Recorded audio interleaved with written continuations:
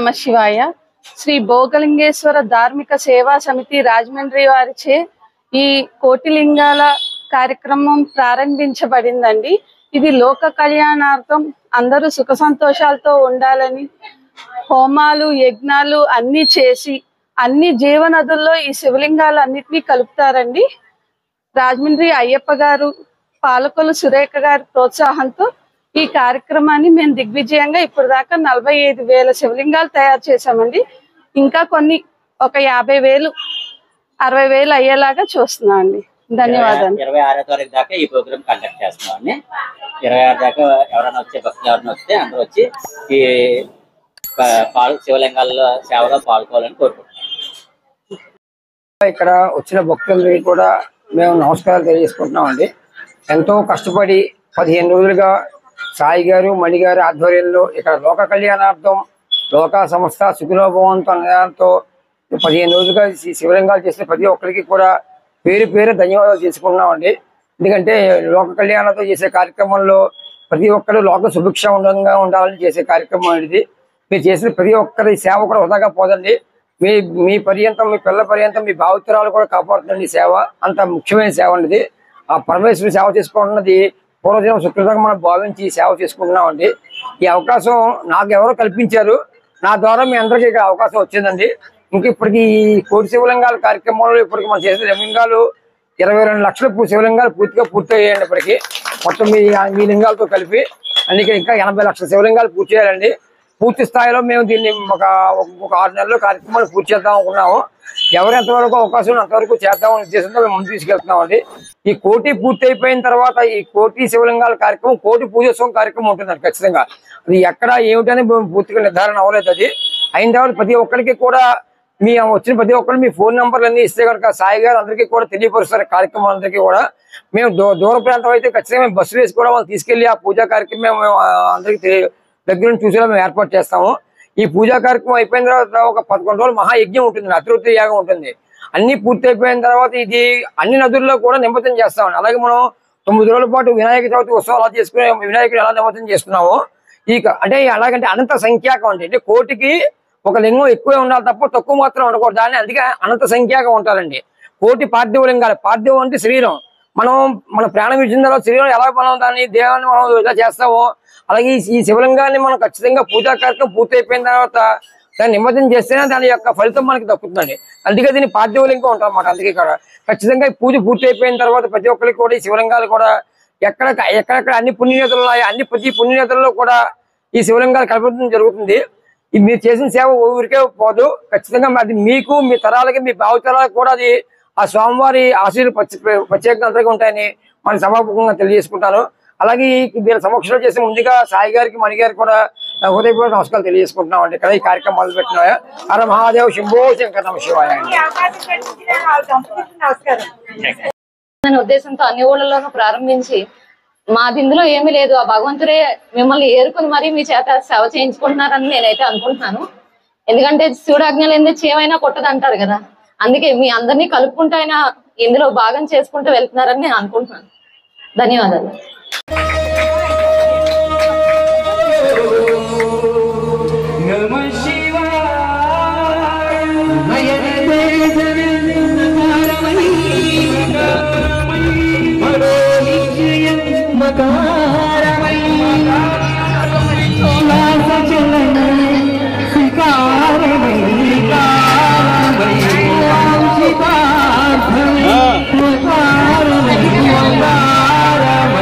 Yeah.